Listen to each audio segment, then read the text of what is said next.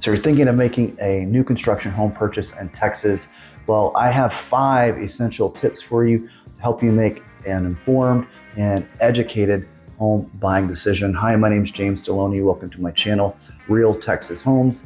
Here on the channel, we cover everything related to the Austin metro area real estate market, including community tours, home tours, monthly market updates, and educational videos just like this one.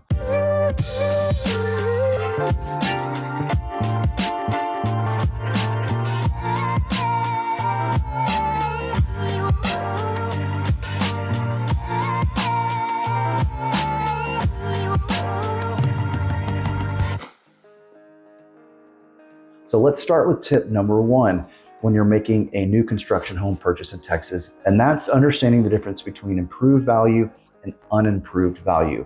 The unimproved value of a piece of property is the tax value based on just the raw dirt, the land. Whenever you close on new construction, typically your monthly payments are not going to include an escrow amount to pay for the improved value of your home. So you could be in your home for months and make multiple payments. Sometimes I've seen as many as 6 payments before the county steps up and says, hey, there's a new home that's now on this land. They revise the improved value of that land. You get a new tax bill, and suddenly you realize that you're behind on your taxes because you had not set aside money to pay for the new tax bill based on the improved value. So be sure that when you're closing on your home, that you're setting aside money each month to help make up for the difference between the unimproved value and improved value once the county comes in and assesses that new value of the newly constructed home on your property. Tip number 2, you should really commit to being in your new construction home in Texas for a minimum of 3 years or until the builder has completely built out every phase of the community. And here's why.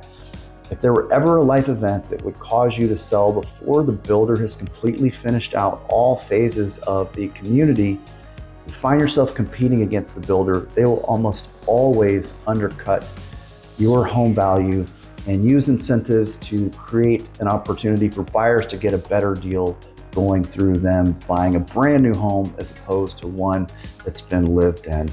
And in reality, new construction can take a little bit of time for you to build equity as opposed to homes that are purchased in a resale community. So I always recommend make sure that you can commit to living in new construction for a minimum of 3 years. Tip number 3, always schedule a third-party inspection. Yes, the city will do inspections throughout the building process, and yes, home builders do have their own third-party inspector vendors that come in, but those inspections are the least rigorous inspections you'll ever see. You want to hire an independent, unbiased third-party inspector to come in and inspect the property. I've never seen a new home inspection where there weren't deficiencies that were uncovered by the inspector. And most builders are really, really good about working with you and the superintendent, your representation, to make sure that those deficiencies are addressed before you close. And definitely make sure that those deficiencies are addressed before closing, because after closing, that can create a whole series of complications when you have to go through the builder warranty process instead of directly through the superintendent. If you are new to the channel, would really like it if you take an opportunity to subscribe and hit that notification bell. That way we can keep you up to date with all the latest information related to the Austin metro area real estate market. Each day I get the opportunity to connect with people just like you and learn more about your specific real estate goals. So please take advantage of the ability to contact me with my contact information pinned in the comments section, or hop on my website, realtexashomes.com, and connect with me through there. On to tip number 4. It is really in your best interest to partner with representation in a new construction home purchase. Yes, you may have done new construction in the past and you may have some experience with real estate.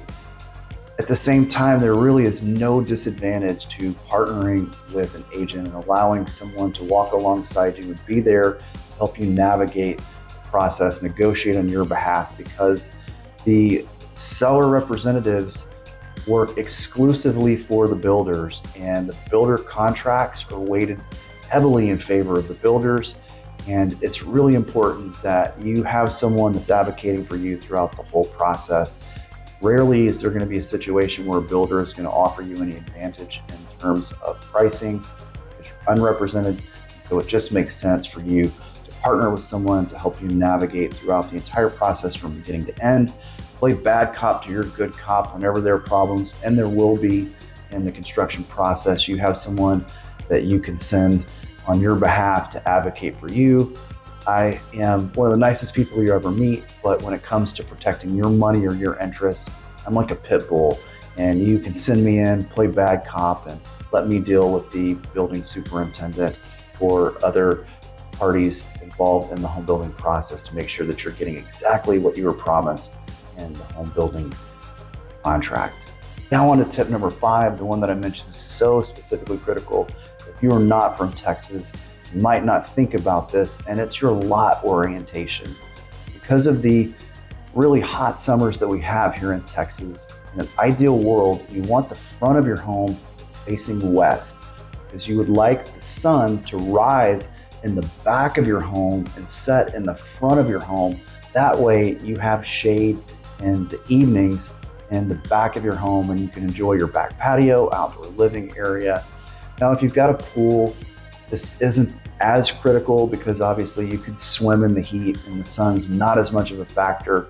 Most new construction neighborhoods don't have a lot of tree shade, and it is really important that you select the proper lot orientation so that, again, that the sun rises behind your home and sets in the front of your home in the evening. So lot orientations where the front of your home faces west are ideal, and north-south orientations are the next best option. And worst case scenario is you select a lot where the sun rises in the front of your home and sets in the back of your home in the evenings, and makes July and August really, really tough to enjoy your outdoor patio or your backyard. I hope that you found this video informative and that you've picked up some tips on new construction home purchases in Texas. If you would, leave a comment in the comment section. Would love to know what you like about the video or any questions you have about purchasing new homes in Texas. Please hop on the website. There are some great opportunities available with inventory homes, some of the best incentives right now in the market are with inventory homes. And if you reach out to me, I'll share with you some of the best incentives that I see each week that are available out there. Thanks again for watching. If you would, give the video a thumbs up. It helps the algorithm, helps put information like this in front of more people like you. And until next time, make it a great one.